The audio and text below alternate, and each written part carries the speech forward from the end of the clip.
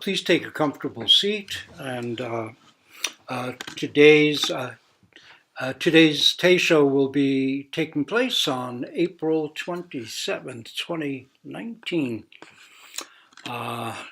And today we will look at a Teisho that has its connection to the springtime, and that is the oak tree in the front garden. Jiao Chu, one of Jiao Chu's great cases in the Wu Men Quan. Or gateless barrier. So, a great Zen teacher once said, "I want to become like a great shade tree, capable of sheltering all beings." To do this, we have a choice. Our choice is to practice sincerely. And practice is never a habit. It is always a choice. Of course, the time to practice and a commitment to practice can become habits and good ones. But practice itself has no before and no after. So it can't be habitual. It is just this count, this breath, this koan point. Yet, because it is a choice, every generation faces the recurring problem of self-centeredness.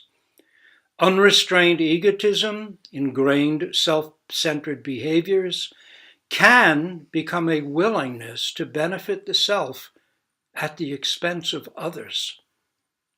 Animals kill, but they do not murder. The non-human beings of Buddhist cosmology, devas, yakshas, nagas, kinnaras, asuras, garudas, hungry ghosts, and hell dwellers, each has his or her or its specific realm. In some of these realms, terrible things are done. But this is not due to foregoing other options. A demon does demonic things. An asura, that is a warring titan, is always looking for a fight. But in the human realm, other choices must be ignored in order to bring selfish and harmful ones to life. To be less than a tree capable of sheltering all beings is also a choice. Childhood issues, psychology, genetics, social sciences only go so far in explaining why someone would choose to be less than they might be.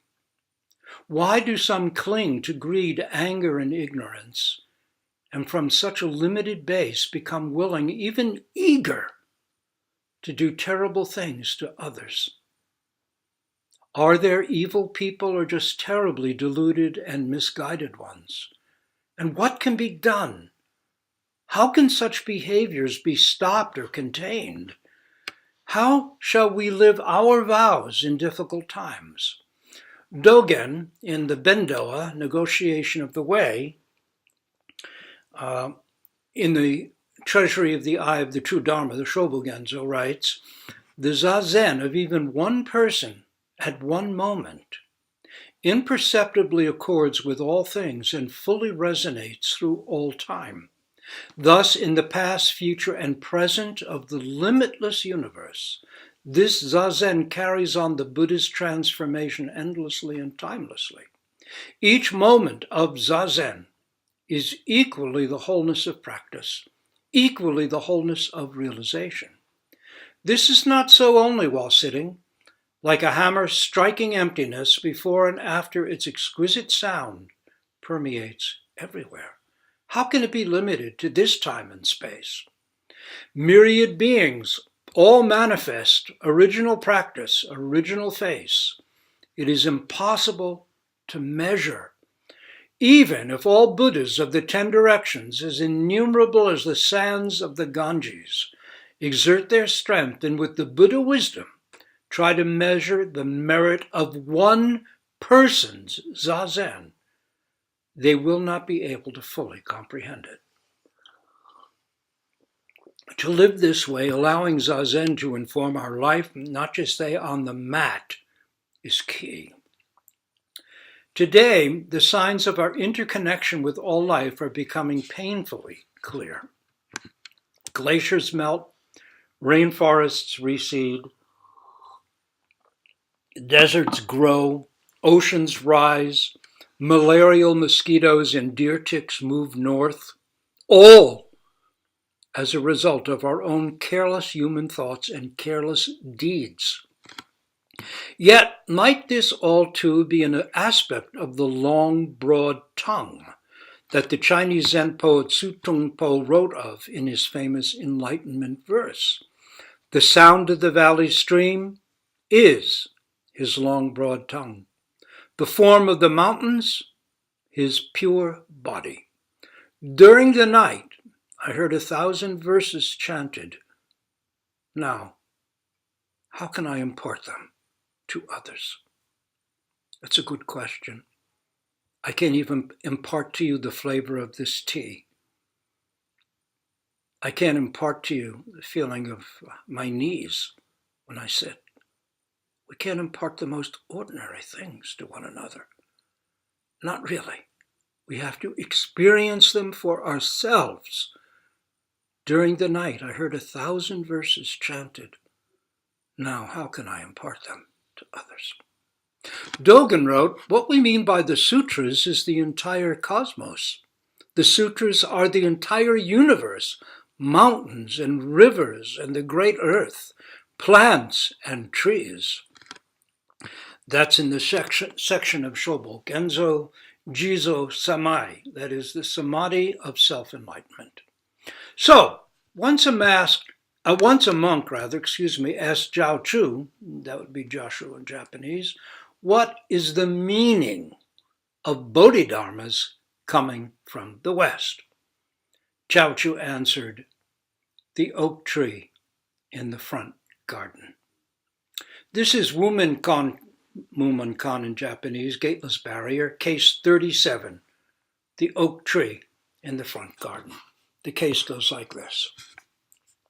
A monk asked Zhao Chu, what is the meaning of Bodhidharmas coming from the West?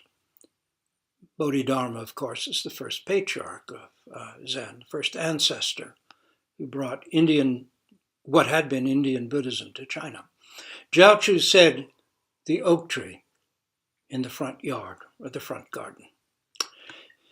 Wumen's commentary. If you can see intimately into the essence of Zhao Chu's response, there is no Shakyamuni in the past and no Maitreya in the future. There is no future Buddha, no past Buddha. Wumen's verse. Words do not convey the fact. Phrases do not embody the spirit of the mind. Attached to words, your life is lost. Blocked by phrases, you are bewildered. Why did Bodhidharma come from the West? What was the point of his journey? Why did an old man at an advanced age, 1,500 years ago, take on the terribly difficult task of transporting Zen Buddhism to China from India? Why did he risk his life when he could have been retiring and taking it easy? Why start over in a new land among barbaric people? Legend says that several Chinese teachers back then were so jealous of this newly arrived upstart, they even tried to poison and kill him. Academic Buddhism had already been in China for several hundred years. There were devotional and mindful and meditative practices. There was sutra reading and commentaries. So what was so important that Bodhidharma, said to have originally been a prince from a royal Indian family, what was so important that made him leave his homeland and bring it to China despite great personal risk? Why do we practice Zen? There are, if you haven't figured it out yet, easier paths. These days, our options are legion. Tibetan Buddhism does not require the challenge of Doksan. We can chant and visualize and pray. Mindfulness does not even ask us to commit to ethical vows, let alone bodhisattva ones. The Zen-based teachings of Thich Nhat Hanh are easygoing, healthy, and non-threatening. Our culture itself offers us a life of distraction and self-involvement, As long as we have money enough to get by and can ignore the anxiety our times also engender, we are invited to amuse ourselves to death. Bodhidharma's disciple Wei Ke, an educated man with Buddhist background galore, found that in reality, he was desperate. So he climbed a mountain in deep winter and stood in the snow through a bitterly cold night. Legend adds he cut off his arm in order to prove he was worthy of receiving Bodhidharma's teaching. Why couldn't he be content with what he already had? What made Bodhidharma's particular take on Buddhism so valuable that Wei Ke was willing to risk his life, his body, to attain it? Now, about that oak tree, is Jiachu saying that Bodhidharma came even for the sake of this tree in the front yard? Is his meaning that the highest teaching of Buddha Dharma is compassion for all things, even plants? Did he mean, look, even a tree is Buddha? If so, good as these thoughts are, we're already lost in the reeds and tall grasses. True intimacy remains distant. This question of the meaning of Bodhidharma's coming from the West, that is from India, would have had special resonance for Chinese Zen teachers. In short, for them it was, why did Bodhidharma come here? It was not abstract, but specific. He came to China, and his coming led to their own realization and teaching, as well as to the realization of countless practitioners since. What is the meaning of it all? For Chinese Buddhists, coming from the West had a further spiritual resonance. India, the land to the West, was the home of the Buddha. For Chinese Buddhists, this was the Holy Land, like Israel for Jews, Christians, and Muslims today. Plus, coming from the West also suggests a descent from the Western paradise of Amitabha Buddha, Buddha of boundless light.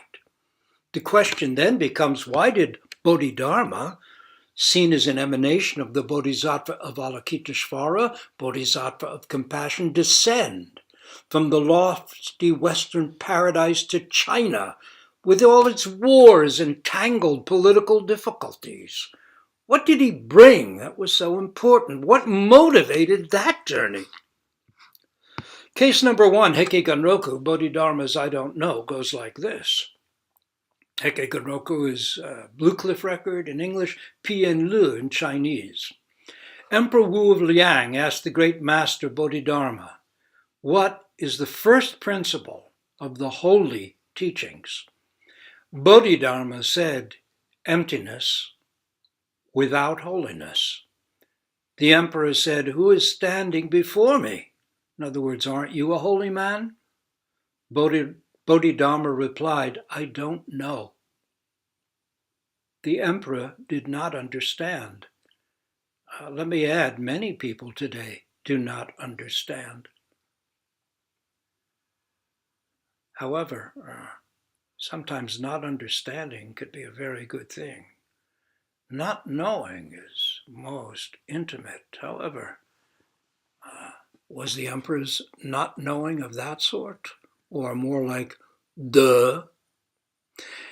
Anyway, hearing the emperor not understand, Bodhidharma crossed the Yangtze River and came to the kingdom of Wei.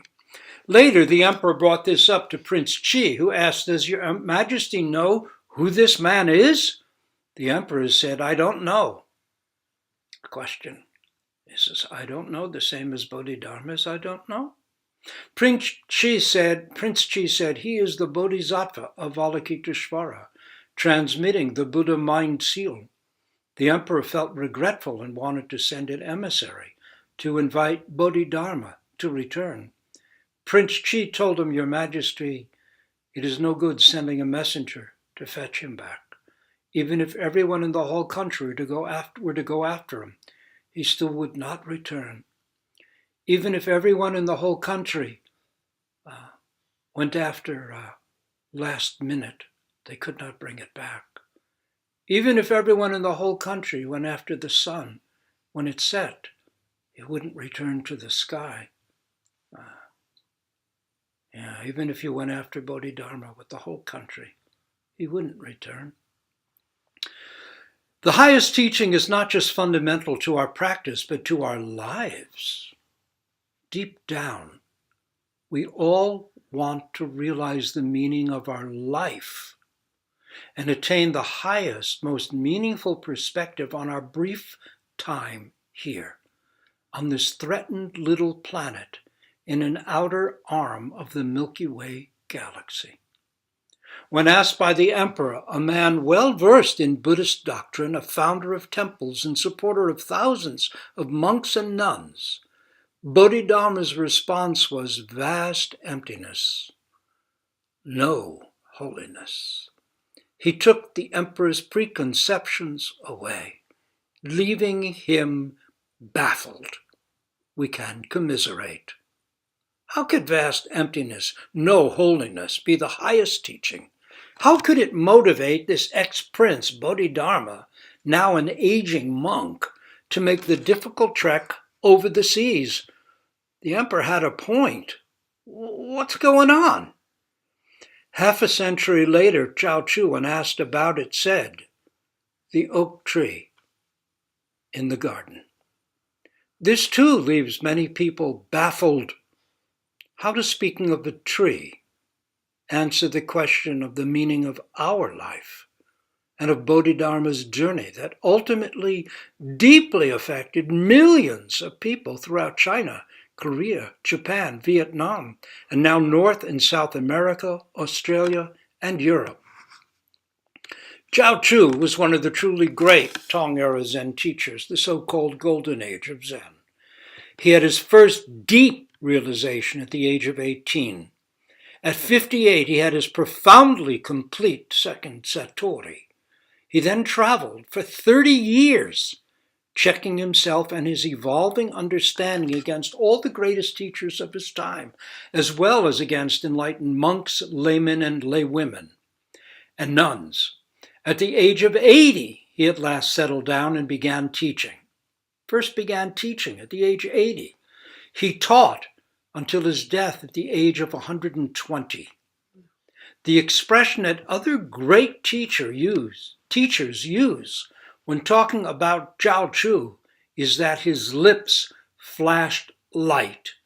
He did not wield the stick or the shout. His revelatory words were so subtle, they often came in beneath the radar, so ordinary, so integrated into the ordinary moments of life you'd hardly know he'd already presented it and moved on. The koan mu is from Chao Chu, as is wash your bowls. A monk came to the monastery and meeting the teacher said, "I'm new here." Chao Chu said, "Have you eaten your rice?" "I have," said the monk. "Wash your bowl," said Chao Chu. That's case number 7. Wu Men Kwon. I think of Aiken Roshi as the Chao Chu of our time. He was quiet and subtle. Dogen, who is very sparing in his praise of even the great old teachers, spoke in awe of Chao Chu, simply calling him the old or the ancient Buddha. High praise. Chao Chu's humility, for all his tremendous skill, understanding, and deep, deep practice realization, is noteworthy. He never got puffed up. When he set out on pilgrimage, he said, "If I meet a 7-year-old child, a girl whose understanding is greater than my own, I will learn from her. If I meet a 100-year-old man whose understanding is less than mine, I will teach him." Given the Confucian structures of society and respect for age and elders and patriarchy implicit at that time, we can see that Chao Chu's uncompromising stand in truth made social conventions and propriety no longer even a lingering issue for him. Of course, this has nothing to do with ignoring ethics. Rather, it is the deepest humility. As an aside, Rose and I visited Chao Chu's monastery Bai Lin, that's Cypress Grove, in 2006 when on our China pilgrimage. There we actually saw the living descendant of the very tree in this koan. As to the oak tree, or cypress tree koan, sometimes the tree is translated as cypress tree, and I believe the original was a cypress tree. The original dialogue continues a bit further, so here's the rest of it. Chao Chu was asked by a monk, what is the meaning of Bodhidharmas coming from the West, from India? Chao Chu said, the cypress tree in the garden. The monk said, Reverend, please do not use an object to guide me. Chao Chu said, I am not using an object. The monk said, what is the meaning of Bodhidharmas coming from India? Chao Chu said, the cypress tree in the garden. Any object suggests that the monk saw Chao Chu's response as implying inner and outer worlds, subject and object. He was challenging him on this, expressing a refusal to buy into such divisions.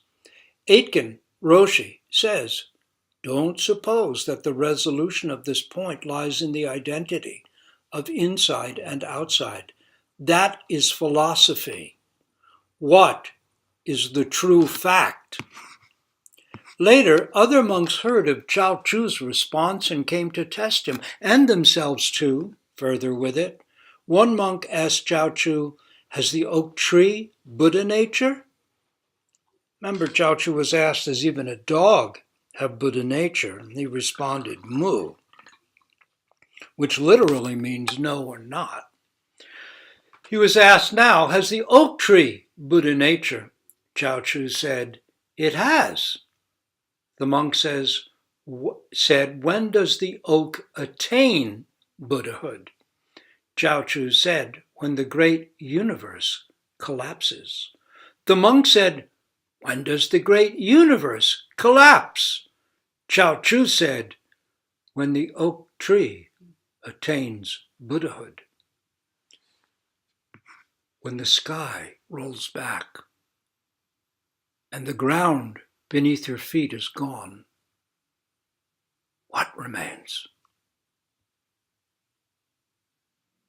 With the sky falling, Zen's Chicken Little is overcome with relief and joy. At last, at last! Wu Men's commentary says, if you can see intimately into the essence of Chao Chu's response, there is no Shakyamuni in the past and no Maitreya in the future.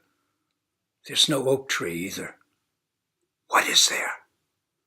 Wu Men underscores his essential point by adding, if you can see intimately. What does he mean? How intimate is intimately? How essential is essence? We may have tried to live by concepts, guided by good thoughts, good reading and such. In this we are like the second ancestor, Wei Ke. He tried that too. Yet in the end, old age, sickness, and inevitable death brought him up short. His sustaining concepts deconstructed and all turned to ashes. Like London Bridge in the nursery rhyme, it all falls down. Then he could no longer settle for abstractions, for good thoughts, thoughts about Buddhism or about meaning. He had to know intimately, like drinking water and knowing it's cold. Proximate Zen, a Zen of concepts, can't solve our fundamental dilemma of how to live our life fully, wisely, compassionately, and then how to die with a degree of dignity and peace. No concept can do it for us. Concepts abandon us when the pain of life, the terror of aging and death grip our guts, mindfulness may get us to the gate, but the gate stays shut. Mere calm won't open the gate to where the oak tree lives. Something more definitive, something that can swallow up the whole world, the whole conditioned external universe is needed. Blake said, if the doors of perception were cleansed, everything would appear to man as it is, infinite. Blake had a natural talent for it. But for us ordinary folk, Zen can show us how to do it. How to fling the ancient gate open wide, revealing that that sealed gate is no gate at all. And then Zen helps us set off into the vast undiscovered country that had seemed so far off, but was actually always at our doorstep, intimately our own. This maturing path of wisdom and compassion is summed up in our great vows for all. The many beings are numberless. I vow to free them all. Greed, hatred, and ignorance rise endlessly. I vow to abandon them all. Dharma gates are countless. I vow to wake to them all. Buddha's way is unattainable. I vow to embody it all. The path of practice is the path of doing the work. Enlightenment, a loaded word if there ever was one, expresses itself as practice. Practice is not simply a way of getting to enlightenment, but is enlightenment intimately realizing itself. Vast emptiness, no holiness, is most intimate. No concepts of emptiness, no concepts of holiness. So intimate. Yet without Bodhidharma's risky trip over the sea, without his dedication, without his turning down the emperor's efforts to create a secondary teaching, a conceptual teaching, and without his 9 years of sitting in a cave facing a wall, we all might still be studying and grieving. But now we can dig in and do. Wumen's verse goes like this. Words do not convey the fact. Language is not an expedient. Attached to words, your life is lost. Blocked by phrases, you are bewildered. The word hot does not add heat. The words oak tree in the garden will not give shade, shelter squirrels and birds, or drop acorns on our heads. Neither are these words an expedient device. They are it themselves. Yet, if we become attached to them, our real life is lost. We don't see this cup. We see something we call cup. We don't taste our tea. We think we do. We fail to hear the robin singing intimately in our own hearts. And we don't know the oak tree in the front garden. Bodhidharma brought a profound and dynamic teaching, a teaching not of learning, but of seeing into the root of mind itself, our mind, your mind, my mind, the mind of rivers and stars and suns. It is not a path dependent on more words or on identifying with specific texts, especially today, when we so clearly see the damage that bloody adherence to the sacredness of specific texts has brought about. we can be particularly grateful for Bodhidharma Zen, even if we don't yet see what the heck he was getting at or what he wasn't. Blocked by phrases, by words, by koan after koan, stuck and bewildered, as it turns out, may not be so bad after all, because we are bewildered, because we know that we are bewildered. We can arrive at a point in life where we commit to entering a Zendo, crossing our legs, experiencing our breath, opening single-mindedly to a koan, attentively counting 1, 2, 3, and keep going until we and oak and things and no things fall away and just oak tree in the front garden. This koan became a big deal in China in Zen circles. After Chao Chu's death, Fa Yen came to Chao Chu's heir, Hui Chao, and asked, "I heard that your late master had a saying, the oak tree in the courtyard. Is that correct?" Hui Chao said, "No." Fa Yen said, "Anyone who's been around will say that a monk asked him about the meaning of Bodhidharmas coming from the west, and that he answered, 'The oak tree in the courtyard.' How can you maintain he didn't say it?" Hui Chao said, "He really didn't say it. Please, don't slander him." Aiken Roshi, who quotes this story, adds that last bit may have been said with some ire, given the word slander. What, asks Aiken Roshi, was his meaning when he insisted, "He really didn't say that. Please don't slander him"? This also requires our diligent investigation and clarity. Bewilderment may be uncomfortable. We don't like it.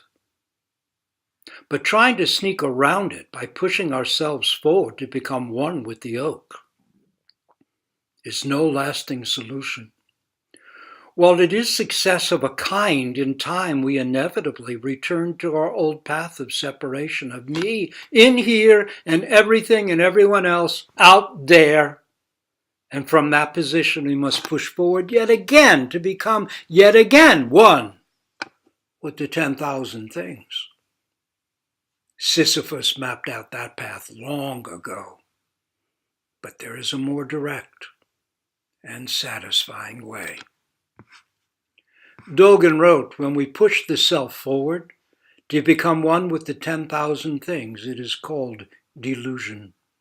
When the 10,000 things step in and confirm the self, it is called realization. Now, Aiken Roshi writes in his comments on this case, "There's a wonderful Japanese story relating to this case of the oak tree that involves Shido Munan, though it is sometimes attributed to Hakuin, his famous grandson in the Dharma. Munan had collected a large sum of gold for the establishment of a monastery and was returning home on foot with the money. A bandit, skilled in detecting travelers carrying valuables, followed him to an inn, where both put up for the night. When all was quiet, the bandit came to Munin Zenji's room, Zenji means great Zen teacher, and slipped open the sliding door. To his amazement, he didn't find a monk snoozing under his quilts, but an enormous oak tree, rooted in the tatami mat, pushing his branches against the ceiling and walls. Trembling and confused, he withdrew to his own room. Next day, as the two men set out again, the bandit approached Munin and said, "I am a great bandit. I know in one glance when someone has gold or jewels concealed on his person. I can steal such valuables without my victim feeling a thing. But last night I met my master. I found that you had disappeared, and an oak tree was growing there instead. I realized that I am your inferior. I beg you to accept me as your disciple. Munin accepted him, and the bandit went on to become a great monk. He knew true intimacy when he saw it. Regarding this case, Kanzan, the founder of Myoshinji, said the koan of the oak tree has the function of a bandit. It steals everything from you. Kanzan was a marvelous Zen master, writes Aitken Roshi, who became the emperor's teacher, but he left no writings at all, and only this one saying is recorded of him. When Ingen, founder of the Obaku sect of Zen in Japan, came from China several centuries later, he visited Myoshinji and was told this story. That is, the koan of the oak tree has the function of a bandit. It steals everything from you. Prostrating himself before Kanzan's image, he said, "This one saying is superior to 10,000 volumes of Teishos." Aitken Roshi continues, "When I was a young student, I visited Myoshinji with Nakagawa Soen Roshi. When we were told the story about Kanzan and Yinwan, we were told the story about Kanzan and Yinwan, but it made little impression on me. Soen Roshi, however, got very excited and bowed over and over to Kanzan's image. He took it in, and I did not. If there was ever anyone rooted who walked like a tree, it was Soen Roshi." Blake said, "The fool sees not the same tree that the wise man sees." To repeat, a monk further asked Chao Chu, "Has the oak tree Buddha nature?" Chao Chu said, "Yes, it has." The monk said, "When does the oak tree attain Buddhahood?" Chao Chu said, "Wait until the great universe collapses." The monk said, "When does the universe collapse?" Chao Chu said, "Wait until the oak tree attains Buddhahood." Chao Chu is not suggesting that Bodhidharma came for the sake of the oak tree in the front garden, or that the highest teaching has anything to do with the bodhisattvic qualities of trees. Well, that might be nice thinking, and there are indeed wonderful jatakas which we'll explore, in which the Buddha in past lives is born as the consciousness of a tree, a consciousness with tremendously bodhisattvic aspiration. Holding to this as our understanding would chop down the living oak right where it stands. Philosophy, no matter how lofty, is not intimacy. Intimacy is realization. Continue devotedly with your practice of just this count, this breath, this koan, when through our focus on the practice, all falls away. What then stands clearly revealed? A monk once asked Yun Men, "How is it when the tree withers and the leaves fall?" Yun Men answered, "Body exposed in the golden breeze." Chao Chu said, "The oak tree in the front garden." We'll stop here and recite our great vows for all